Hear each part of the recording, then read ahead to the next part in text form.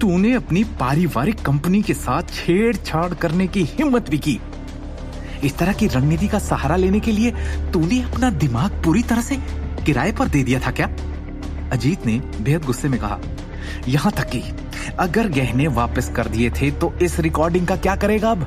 बता, क्या तू नहीं जानता कि अब नारंग के आभूषण समूह का प्रभारी कौन है? ये तेरा डैड नहीं है और ना ही तेरा चाचा है। अजीत ने एक उदास चेहरे के साथ चिल्लाया। ये नोएडा के रायजादा परिवार से विक्रम टोकस है।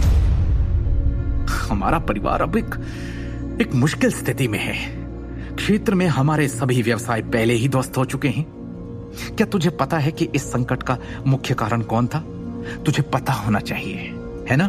इसके बावजूद तूने वास्तव में कंपनी के ट्रेडमार्क गहने चोरी करने के लिए कंपनी के अंदर गुंडों के एक समूह की मदद करने की हिम्मत की। क्या तू ये भी जानता है कि तेरे कार्यों का वास्तव से क्या मतलब है? तू अनिवार्य रूप से कंपनी की नींव खोद रहा है, बेवकूफ। क्या तू समझ भी रहा है कि अगर ये रिकॉर्डिंग उस विक्रम टोकस के हाथों में पड़ गई तो क्या परिणाम होंगे? विक्रम सोचेंगे कि वो मैं हूं जो परेशानी पैदा कर रहा है। अगर वो इस घटना के कारण के बारे में पता लगा लेता है तो मुझे व्यक्तिगत रूप से तेरी इस बचकानी हरकत की ओर से उससे माफी मांगने के लिए झुकना होगा।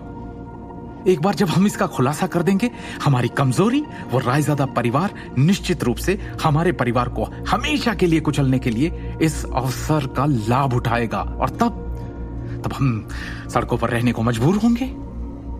जैसे ही अजीत नारंग की नसें उसके माथे पर चमकने लगी, वो एक भारी आह भरते हुए गुस्से में सोफे पे गिर पड़ा। जो हुआ उसे भूल जाओ अजीत, बस भी करो। अपने बेटे को अब और मत डांटो। वैसे भी ये कोई बड़ी बात नहीं है।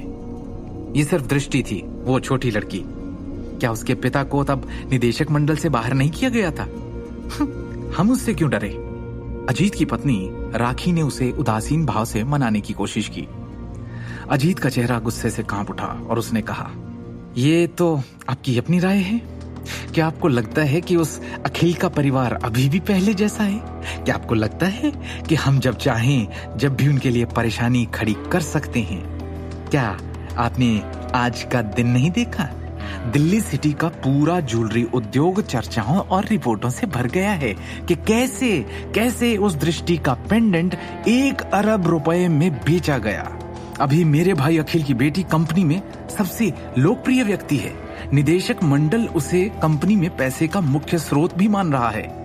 अजीत ने धीरे से कहा, इसके अलावा रायजादा परिवार तूफान के चरम पर खड़ा है और वर्तमान में हमारे परिवार को आगे बढ़ने से रोक रहा है। सबसे महत्वपूर्ण बात यह है कि अखिल के परिवार के पास वर्तमान में हमारे परिवार को झुकाने की ताकत है। ऐसा लगता है कि हमें इस बार अपना सिर भी झुकाना पड़ सकता है। करण ने अजीत के शब्दों की श्रृंखला सुनी और धीरे धीरे उसके दिमाग ने मामले की जड़ को समझ लिया। डैड, अब हमें क्या करना चाहिए? दृष्टि ने रिकॉर्डिंग सबूत हमारे घर भी भेजे थे। करण ने पूछा। उसने सीधे निदेशक मंडल को रिकॉर्डिंग नहीं भेजी बल्कि इसे हमें देने का विकल्प चुना। ये उसकी ओर से एक स्पष्ट खतरा है। देखो आखिर कौन अपने दिमाग का इस्तेमाल कर रहा है। वो वास्तव में हमारे परिवार को धमकी दे रही है। अजीत ने गहरी आवाज में पुष्टि की। हालांकि हमारे परिवार ने हाल ही में एक बड़ी पिटाई की है, फिर भी हम उसके परिवार से अपना बचाव कर सकते हैं। इस प्रकार उस अखिल के परिवार का ढक्कन उठाने का कोई इरादा नहीं है और ना ही वो इसे कोई बड़ी बात बनाना चाहते हैं, अजीत ने शांति से कहा।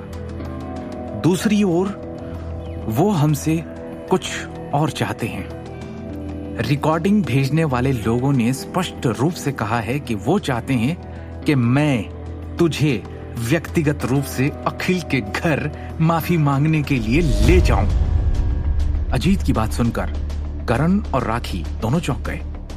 आगे की कहानी जानने के लिए देखिए अगला एपिसोड सिर्फ पॉकेट एफएम के यूट्यूब चैनल पर और शिवम द हिडन वॉरियर के सारे एपिसोड्स को सुनने के लिए डिस्क्रिप्शन में दी लिंक से डाउनलोड करें पॉकेट एफएम ऐप।